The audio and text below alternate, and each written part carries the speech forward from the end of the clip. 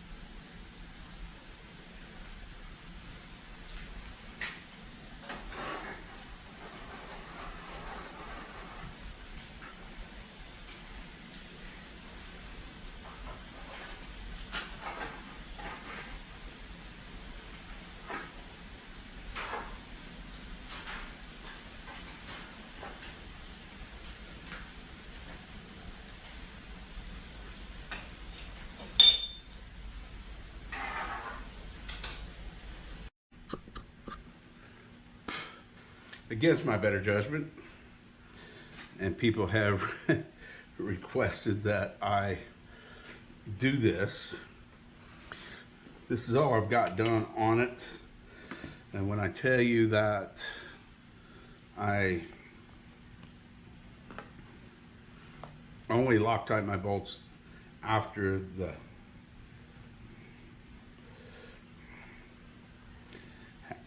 the silicone has dried.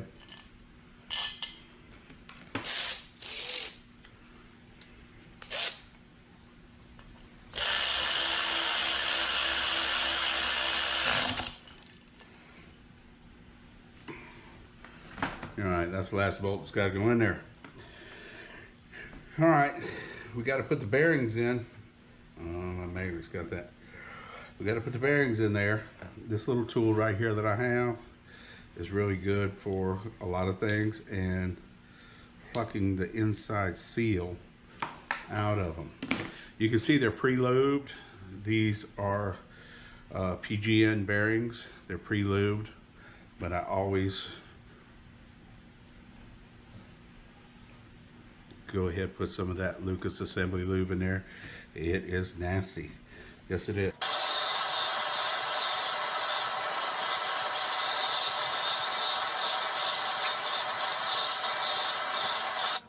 And I let these sit for a couple of weeks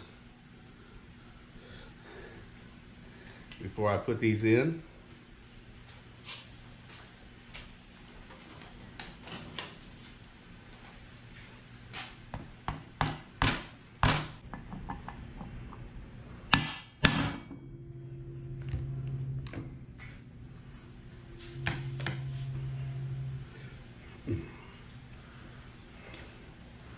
Now that we got that in there,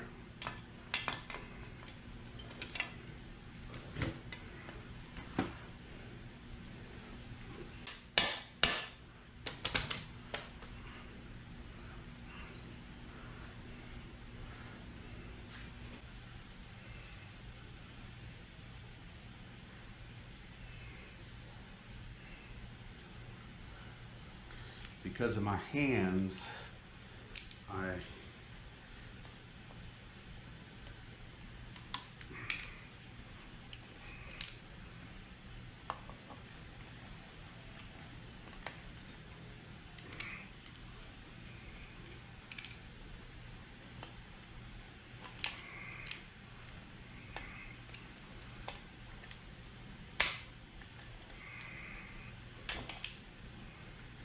I'll lock them in there, and it's not locked in there yet.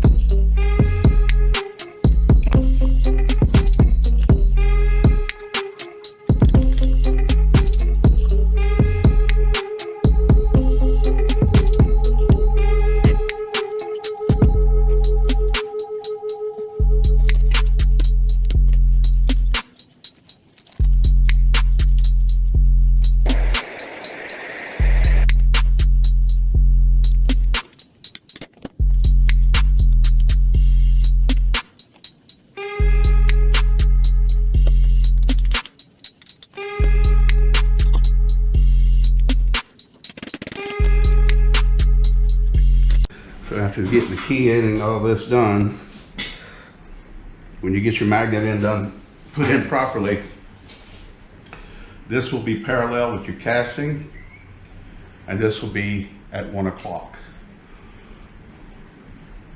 This 12 is 1.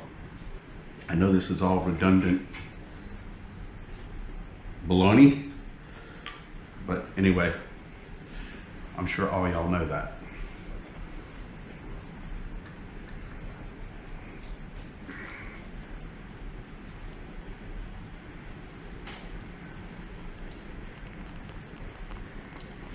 Lock tight.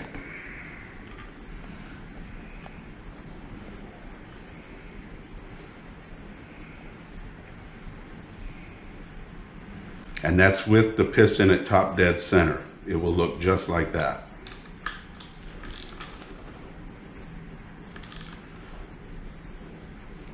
Top dead center meaning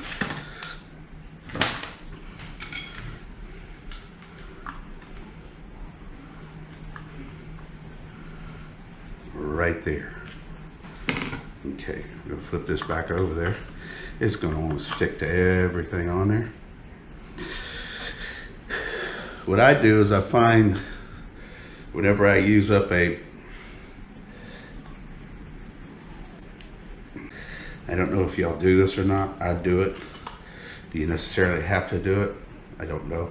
I sand the bottom of this so I get good contact. Do you use anything like this?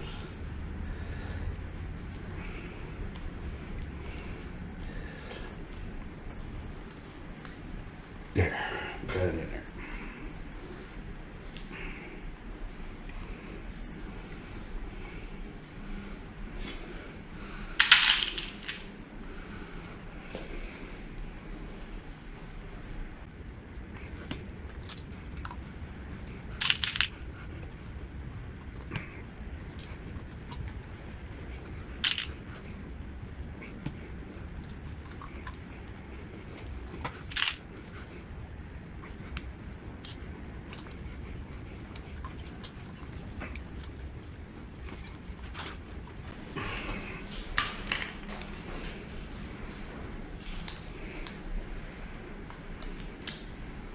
And there you go.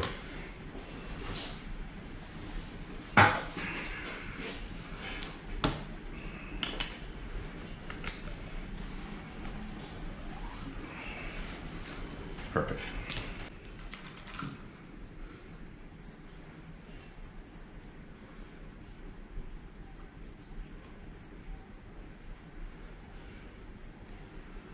And while I'm getting these bolts on,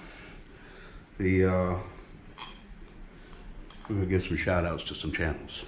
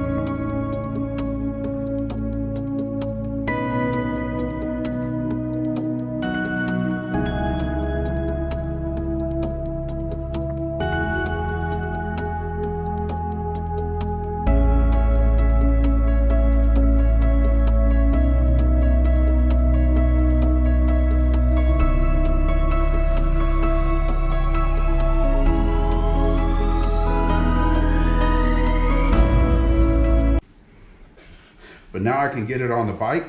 Now that I got the sprocket on it, I can get it on the bike and get the back tire sprocket lined up, the wiring's in, all the guards on. I have to tape everything back off again and then spray this blue again. But I think that's after I get it in the bike and get the bike ready to paint. Somebody asked, said, how did you do this?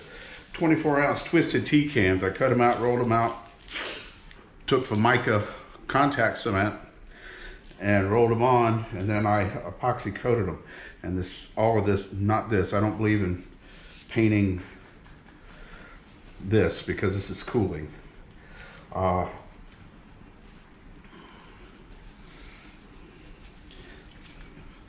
going to clear coat after I get the blue on to get it done, then I'm going to automobile clear coat the bottom. And then the bike will be fluorescent yellow clear coat. Y'all have a Merry Christmas. Y'all be safe. Y'all ride safe. Okay? That's the main thing. Don't get hurt out there. I'm not going to get hurt. This concludes the motor. It's together. As soon as I get the boot for the carburetor and everything and get spacing out, I'll be able to get the spacing on my chain, get the disc brake mount welded on the back, and then get the disc brake mount welded on the front forks, and then get the carburetor support and a few other knickknacks. Then I'll grind this thing all down, spend a day grinding it, and that's it. It's going to happen. This motor, I've got to make an expansion chamber. I've been looking and I really haven't found any. But let me ask y'all a question. I know y'all gonna laugh. Y'all probably gonna laugh a lot. Let's say, suppose, because of the wide exhaust area I have here, and it comes out straight. It's going to come straight out into the frame. Bear with me here. When it comes out of here, branch off into two, run 2 banana pipes down. That's it. And run 2 tailpipes out the back and out like this. I've had a lot of people come up with some ideas. I kind of like that idea. It's probably not going to improve the performance any, but it'll definitely have the cool factor. So, Merry Christmas, Happy New Year. I'll probably have a video out before then, but y'all stay safe. Thank you so much for watching. Thank you for, if you share it, subscribe, please. But most of all, leave me a comment, because that's what I do this for. All right, y'all have a good one.